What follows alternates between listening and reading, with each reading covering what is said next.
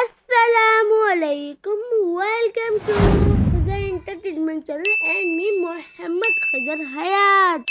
آج میں آپ کو ایک والد اور بیٹے کا ایک ایسا واقعہ سناؤں گا جو پوری کائنات کے لیے بے مثال ہے۔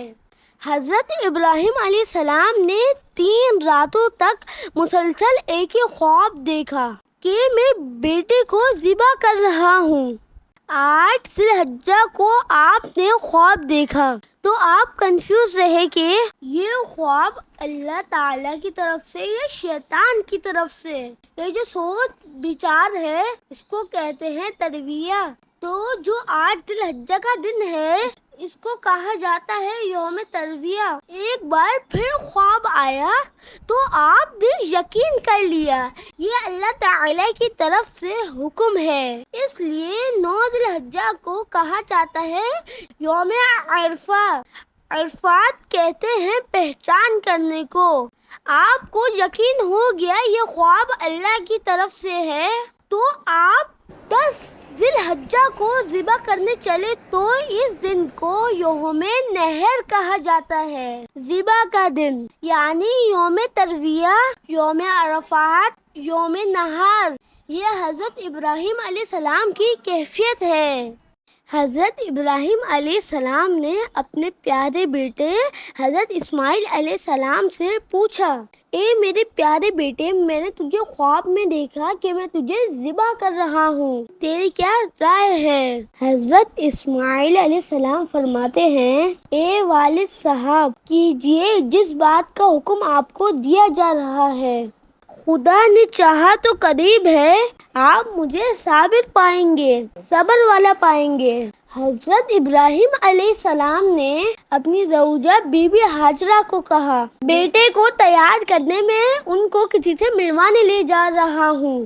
بتایا نہیں ان کی ماں کو آپ نے خوب اچھا تیار کیا۔ شیطان تو یہ دیکھ کر پاگل ہو گیا، اس کو یہ بات ہضم نہیں ہوئی، اتنی بڑی قربانی کیسے ہونے جا رہی ہے۔ وہ دوڑا بی بی ہاجرہ کے پاس پہنچا، ان سے کہا، آپ کو پتا ہے آپ کے شوہر آپ کے بیٹے کو کہاں لے کر جا رہے ہیں؟ وہ بولی، کہاں لے کر جا رہے ہیں؟ بولا، ذبح کرنے لے کر جا رہے ہیں۔ وہ بولی، وہ کسی سے ملوانے لے کر جا رہے ہیں تیار کر کے۔ شیطان بولا، نہیں، وہ ذبح کرنے لے کے جا رہے ہیں۔ بی بی ہاجرہ بولی، کوئی باپ بھی اپنے بیٹے کو ذبح کرتا ہے؟ اب شیطان کہتا ہے، اس لیے کر رہے ہیں، اللہ کا حکم ہے۔ بی بی ہاجرہ کہتی ہیں، اللہ کا حکم ہے تو پھر ٹھیک ہے، میں راضی ہوں۔ شیطان کا ادھر بس نہیں چلا تو حضرت اسماعیل علیہ السلام کے پاس پہنچا، اے بیٹے، تمہیں پتا ہے تمہارے ابو تمہیں کہاں لے کر جا رہے ہیں؟ انہوں نے کہا کسی سے ملوانے لے کر جا رہے ہیں۔ شیطان بولا، نہیں، تمہیں ذبح کرنے لے کر جا رہے ہیں۔ حضرت اسماعیل علیہ السلام نے کہا، کوئی باپ بھی اپنے بیٹے کو ذبح کر سکتا ہے؟ تو شیطان بولا، ہاں، اللہ تعالیٰ کا حکم ہے۔ وہ بولے، اللہ کا حکم ہے تو میں راضی ہوں۔ حضرت اسماعیل علیہ السلام نے اپنے والد سے فرمایا کہ والد صاحب، جب آپ مجھے ذبح کرنے لگے تو میری کچھ گزارشات ہیں، مجھے اچھی طریقے سے باندھ دیجیے گا، کہیں ایسا نہ ہو کہ جب آپ مجھے ذبح کریں تو میں زیادہ تڑپوں تو میرے خون کے چھینٹے آپ کے کپڑوں کو گندا نہ کر دیں۔ چھری کو ذرا تیز کر لیجیے گا تاکہ مجھے تکلیف کم ہو۔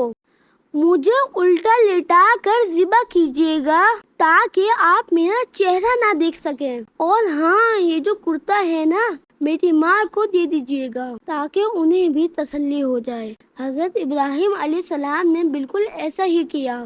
آپ نے باندھ بھی دیا، آپ نے لٹا بھی دیا، اور آپ نے چھری چلا بھی دی۔ انہوں نے اپنا کام تو پورا کر دیا، مگر اللہ کی منشا ہی کچھ اور تھی۔ آسمان سے آواز آئی، حضرت ابراہیم علیہ السلام حضرت اسماعیل علیہ السلام کے اوپر بیٹھے ہیں، چھری چلا رہے ہیں، تو اوپر سے آواز آئی، اللہ اکبر، اللہ اکبر۔ حضرت ابراہیم علیہ السلام نے جب سر اٹھایا تو دیکھا جبریل امین اوپر سے مینڈا لیے آ رہے ہیں۔ تو آپ سمجھ گئے میرے امتحان کا وقت پورا ہو گیا ہے۔ بے ساختہ آپ کی زبان سے نکلا لا الہ الا اللہ واللہ اکبر۔ حضرت اسماعیل علیہ السلام نے جب دیکھا تو وہ بھی سمجھ گئے، تو وہ کہتے ہیں کہ اللہ اکبر وللہ الحمد۔ یہ جو ہم عید والے دن تسبیح پڑھتے ہیں بڑی ہی یونیک تسبیح ہے۔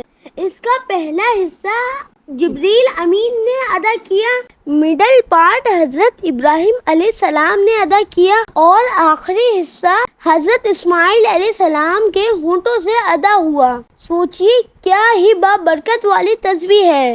اللہ اکبر اللہ اکبر لا الہ الا اللہ واللہ اکبر اللہ اکبر وللہ الحمد۔ اللہ تعالی بہت غفور الرحیم ہے۔ اس کے حکم سے حضرت اسماعیل علیہ السلام کی جگہ مینڈے کی قربانی ہو گئی۔